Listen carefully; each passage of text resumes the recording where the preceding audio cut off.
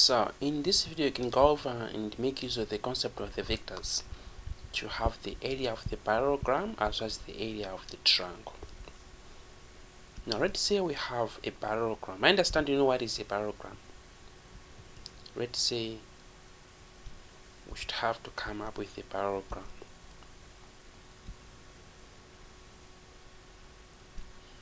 Let's say this is the case.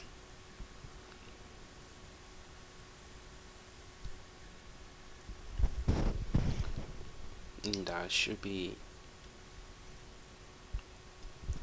in that case. And let's say the size of the actual parallelogram has been given in form of a vector. Let's say this is a side A with a vector A, and this is the side with, let's say, a vector B.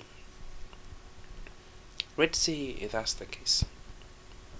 Now you should have to understand that what is the area of this parallelogram if we have the sides of the parallelogram being expressed in terms of the vector. So now the area of the parallelogram will be given as the absolute value or the magnitude of the cross product of the two vectors. So that would be the area of that actually particular parallelogram. And now let's say we have this case.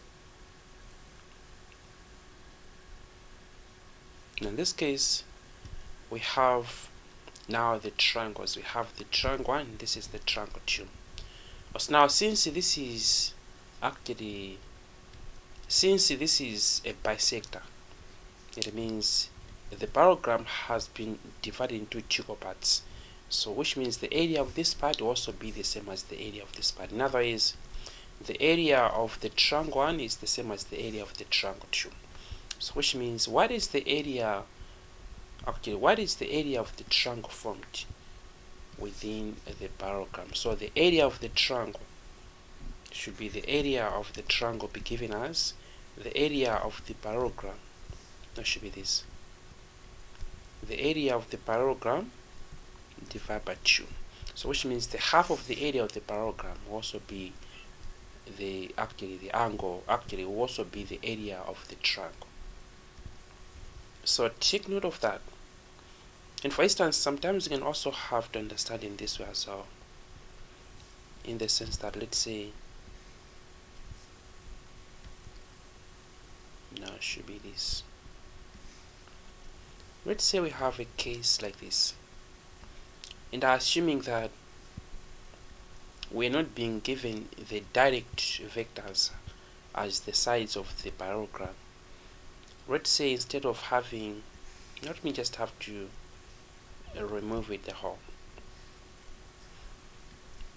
Let's say we have a triangle which is given as that, and let's say that is the case. Let's say this is the triangle and it is given as the triangle A, B, let's say C. So now what is the area of this triangle using the concept of the vectors? So now we should have to understand that first you have the area of this triangle. We should have to actually extrapolate the parallelogram from the triangle. So what is the parallelogram from this triangle? So we can have it in this way.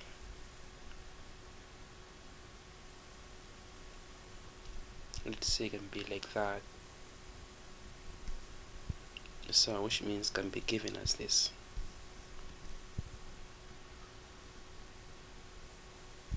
So now we have the parallelogram. Let me just have to include this one as the T. So which means we have this as the triangle 1, and this is the given as the triangle 2. You should have to know. So now let's think of expressing the size of the parallelogram in terms of the vector. So which means we'll have the vector AC and also have the vector, let's say, can be given as the AB, can be that. So have the vector AB. So which means first you have the area of this triangle. We should also have to understand that we should have to use the concept actually we should have to use the concept of the vectors in the actually in the case of the parallelogram. In that way, we'll have the area of the parallelogram, which is the parallelogram A, B, let's say DC. So the area of this one divided by half, actually divide by 2, we'll have the area of the triangle with these vertices. So take note of that. Now let's say we have this question. Now let's say find the area of the triangle with the following vertices. Let's say we have 2, 1, let's say 4, and we have a B given as 0, 5, 10, and we have C being given as, let's say, -2, -4, let's say a 5. Let's see that's the case. So what is the area of a triangle with the following vertices using the concept of the vectors? Now you should have to understand this way. Now you should have to come up with the vector column AB should be that, and the vector column AC can be that. Of course, you can also have to come up with a sketch presenting the information that we have, but it is the same. Actually, let's say the vector is given as the vector ABC, as the vertices has been aligned. So which means we'll have the vector actually a column AB, have the vector column AC, and all those vectors should be obtained from the symbol, actually from the single point, which is given as the point A. So what are these vectors? Understand, you know what is the vector column, you should have to know. That is from the concept of the position vectors that we looked at about before. So what is the vector column AB? So now we'll have it as, should be, now the 0 minus 2 have it as -2, and 5 minus 1 will have it as 4, and we'll have it as -6. It should be a positive 6, and I'll have, what is the vector AC? We'll have it as -2 minus, should be 2, we'll have it as -4, and we'll have -4 minus 1, we'll have it as -5, and 5 minus 4 we'll have it as the 1. So that is the way to go. And from there we're going to have the area of the parallelogram. So have the area of the parallelogram, so should be the area of the parallelogram that will be given as the magnitude of the cross product of the two vectors, the vector AB and across the vector AC. So now upon having the magnitude of the cross product of the two vectors, it means the area of the triangle will be given as the half of whatever we'll have upon having that run out. So take note of that. So divided by 2 will be the area of the triangle. So can you have to apply the concept of the cross product that we discussed in the magnitude to have the area of the parallelogram as well as the area of that particular triangle. And also try this one as well. Let's say we have the triangle given as X with the vertices given as, let's say 0, 0, 2. And now we have the triangle Y with the vertices given as -2, 2, let's say 5, and given us, let's say 2, 2, 2. Let's say that's the case. So what is the area of the triangle formed? What is the area of this triangle using the concept of the vectors? So now do the same according to the way we discussed in that way. You also try this one as well. Let's say we have this case.